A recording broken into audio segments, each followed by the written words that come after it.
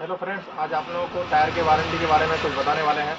जैसा कि वारंटी दे रहा था कंपनी, जैसे एमआरएफ कंपनी हो या टीवीएस का कंपनी हो या फिर सीएट या जेके या अपोलो, कोई भी कंपनी का आप अगर टायर बाइक के लिए टायर लेते हैं या फिर अपना कार के लिए टायर लेते हैं तो आपको वारंटी मिलता है, मैन्युफैक्चरिंग वारंटी मिलता है और किसी में आपको अनकंडीशनल वारंटी भी मिल जाता है। जैसे एमआरएफ में तो आपको सिर्फ मैन्युफैक्चरिंग ही वारंटी देता है, 5 ईयर का मैन्युफैक्चरिंग वारंटी देता है। 5 साल के अंदर में टायर आपका कहीं से टायर अगर फूल जाए, कहीं से बैंड हो जाए, कोई दिक्कत हो जाए तो टायर आपको एमआरएफ चेंज करके देती है।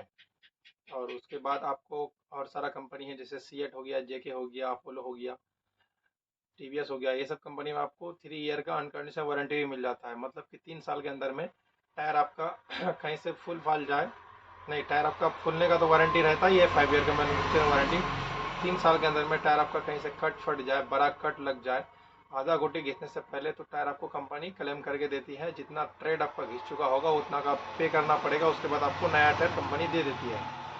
तो हम ये कहना चाहेंगे कि अब वारंटी पॉलिसी में कुछ चेंजिंग आ गया है, मतलब अपडेट कुछ आया है। नया अपडेट ये आया है कि ट्यूबलेस टायर अगर आप किसी भी कंपनी का लेते हैं तो 3 पंचर होने के बाद आपका अगर टायर कहीं से फूल जाता है, अगर बैंड हो जाता है, तो कोई आपको इशू नहीं करेगा कंपनी, मतलब कोई क्लेम नहीं करेगी। जैसे कोई कंपनी एमआरएफ हो गया या सीएट को, जितना भी है अपना इंडियन ब्रांड, कोई भी ब्रांड आपको 3 पंचर होने के बाद टायर आपका अगर कहीं से फूल जाता है, एयर ले लेता है, तो कंपनी क्लेम करके नहीं देगा। और दूसरी बात यह है कि टायर में अगर आप केमिकल वगैरह, जैसे जेल हो गया, केमिकल हो गया, लिक्विड हो गया, ये सब अगर डालते हैं अपना टायर में, तब भी अगर टायर आपका फूल जाता है, कहीं से एयर ले लेता है, तो भी कंपनी क्लेम करके नहीं देगा। तो हम यही कहना चाहेंगे कि आप जब भी न्यू टायर परचेस करते हैं अपने बाइक के लिए या कार के लिए, तो उसमें केमिकल ना ही डलवाएं तो सही रहेगा, जेल वगैरह नहीं डलवाना है।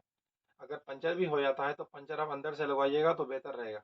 जैसे आपका अगर न्यू टायर आप परचेस किए हैं, 2-4 दिन बाद अगर मान लेते हैं कील घुस गया टायर में, तो कील घुस गया तो उसको बाहर से नहीं बनवाना है। बाहर से बनने से क्या होता है, बनाने से क्या होता है कि उसको जो हॉल करना पड़ता है, उसको वहाँ पे बाहर से पलीता जो लगाना पड़ता है, तो पलीता लगाने से पहले हॉल करना पड़ता है। हॉल करने के बाद हो जाता है वहाँ पे हॉल, बड़ा बड़ा हॉल हो जाता है, तो उसमें पलीता तो लग जाता है उस समय उसके बाद पंचर बन जाएगा, उस समय हवा नहीं निकलेगा। लेकिन कुछ समय के बाद, कुछ दिन बाद, महीना 2 महीना 6 महीना के बाद पंचर वहीं पे लीक होने का चांसेस रहता है।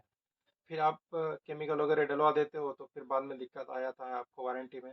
तो बेहतर वही होगा कि आप अगर आपका टायर में कील घुस रहा है, कील घुस गया है, तो आपको अगर पंचर बनवाना है तो कील निकलवा करके आप टायर का पंचर अंदर से बनवाइए। चाहे चाहे आप बाइक का टायर अगर लेते हैं या फिर कार का टायर लेते हैं, तो अगर टायर आपका अगर पंचर हो जाता है कील घुसने के कारण, तो आप टायर का पंचर अंदर से ही लगवाएं, यही बेहतर होगा आपके लिए।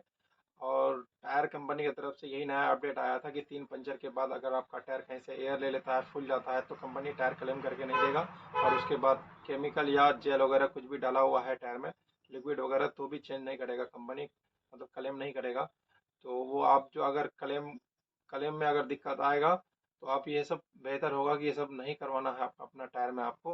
अगर करते हैं तो आप अपने रिस्क में कर सकते हैं, कंपनी आपका इसका जिम्मेदार नहीं होगा। तो हम यही जानकारी देना चाहते थे आप लोगों तक, हम पहुंचा दिए ये जानकारी। और टायर टायर ब्रांड की तरफ से अपडेट आया था ये, तो हम आप लोगों तक जानकारी पहुंचा दिए। और वीडियो अच्छा लगा होगा तो लाइक कर दीजिएगा, एक लाइक कर दीजिएगा। और मेरे चैनल में अगर नए हैं तो मेरे चैनल को सब्सक्राइब कर लीजिए। हम इस चैनल में छोटे बड़े सभी गाड़ियों के टायर से रिलेटेड जानकारी देते रहते हैं। आपको टायर से रिलेटेड कोई जानकारी लेना हो, कोई दिक्कत हो, तो आप मेरे वीडियो में कमेंट कीजिए, आपको ज़रूर रिप्लाई दिया जाएगा। तो फिर मिलते हैं अगले वीडियो में।